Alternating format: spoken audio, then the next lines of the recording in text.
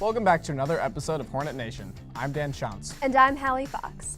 This week, we start the spring season with an Inside the Game, preview this year's softball team, and take you out to the soccer field in a game of the week. All this and more on another episode of Hornet Nation.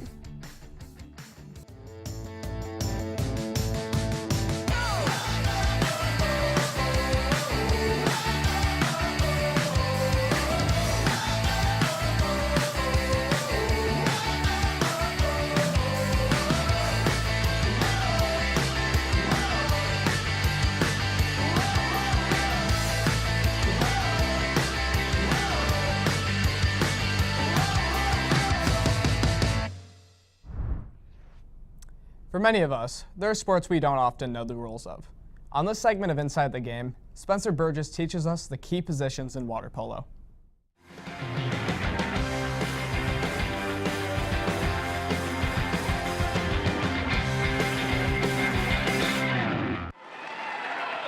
On this edition of Inside the Game, we take a look at the different positions in the sport of water polo. There are 14 players in the pool at one time, 7 on each team.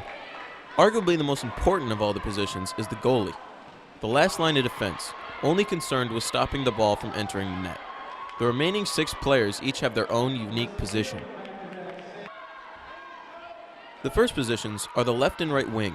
These players set up 2 meters from the goal and usually stay on their side of the pool.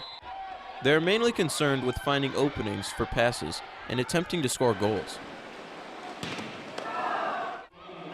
Positioned behind the wings are the left and right flats, also known as drivers. These players mainly focus on swimming towards the goal in order to catch a pass and take a shot. The next player is known as the hole set. Usually regarded as the most important offensive position, they set up between both wings 2 meters from the goal. The main jobs of this position include passing to the wings and taking fast shots. This player must also be good at drawing fouls. The final position, known as the point, is located in the center of the pool. Just like a point guard in basketball, this player's job is to communicate with the other offensive players and to set up teammates for passes. On the defensive side of the ball, players will usually match up with another offensive player as they swim down the pool. The only true defensive position is the hole set defender. This is generally reserved for the most skilled defensive player, as they must be strong enough to guard the hole set and force turnovers. Now that you know the main positions played in water polo, make sure to come out and support the Saline girls water polo team throughout the season. I'm Spencer Burgess, taking you inside the game. Back to you in the studio. Come show off your new knowledge about water polo on April 11th when the girls team takes on Groves High School. Now let's take a look at some current scores. The boys lacrosse team started off their season well with a win against Powers Catholic 8-7. Jack Loveland scored the winning goal with under a minute to play.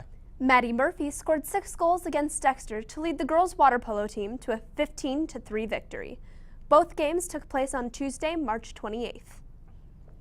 Saline's varsity softball team has performed well over the past few seasons, although they took a tough loss at districts last year. With opening day approaching quickly, here's a preview into the 2017 softball team. I'm here in the main gym where the softball team's having one of their first practices of the season. Last year, they did pretty well, but ended up losing in the first round of districts to their rival Lincoln. We caught up with Coach Siegert and a few members of the team to see what they thought about this upcoming year.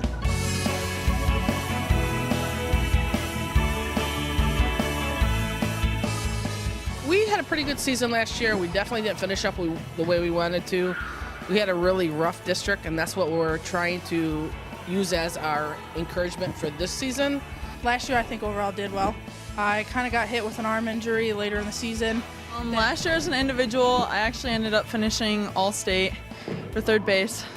I did pretty well last year. I didn't do as well as I wanted to. I had a little short injury with my wrist with tendonitis, but this year it should be a lot better. Though practice is just starting, the girls have actually been working on their skills for months. The kids in September start lifting, conditioning and working on speed work. Like the ruling changed, so we were allowed to do like workouts and field work all in the off season, so that's been great. The off season's been a lot in the weight room. Individually, I'm looking to get a little bit more power on the mound, looking to try and hit my pitches a little bit better and just getting after the opponents more. I'm not playing travel this year, so like it's kind of been more of an adjustment, like coming to school ball. but it feels even more refreshing to be on the field again and be working with teammates. Right now, I'm really happy with where we are. We have quite a ways to go, but we're clicking kind of on all cylinders right now. So I think once we get outside, things are gonna start going, and just got to keep the throttle down. Our strongest point is definitely our leadership. Probably one of the better chemistry teams I've ever had already. We're only a couple weeks into it, so really excited for the season. With just a few weeks until their first game of the season against Woodhaven, the Lady Hornets are working harder than ever to prepare. This has been Max Urquhart with the season preview, and now back to you in the studio. The softball team takes on Calson in their first home game on April 15th. Come out to support your Hornets. The girls' soccer team competed against Heartland last Wednesday. Josh Sirota gives us the highlights from the matchup in this Game of the Week.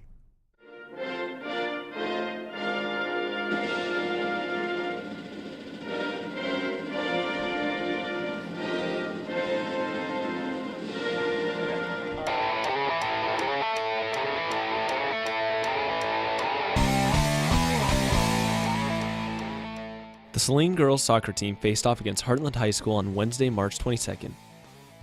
In a tough battle, the Hornets started the game strong, keeping the Eagles at bay through the first half.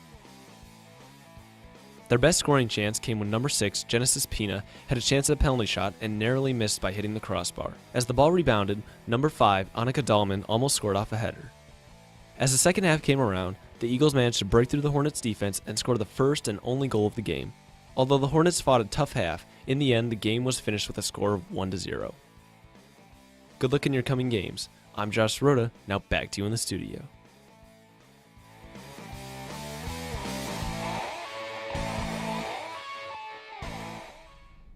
The Hornets rebounded from the tough loss against Heartland by beating the Clinton Redskins 9-0 2 days later.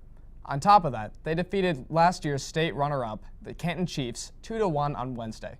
Come out to support the team on April 12th at Bedford. Well, that's all the time we have for this episode. We'll be back on April 21st with more coverage on all your favorite spring sports. Enjoy your spring break, Hornets.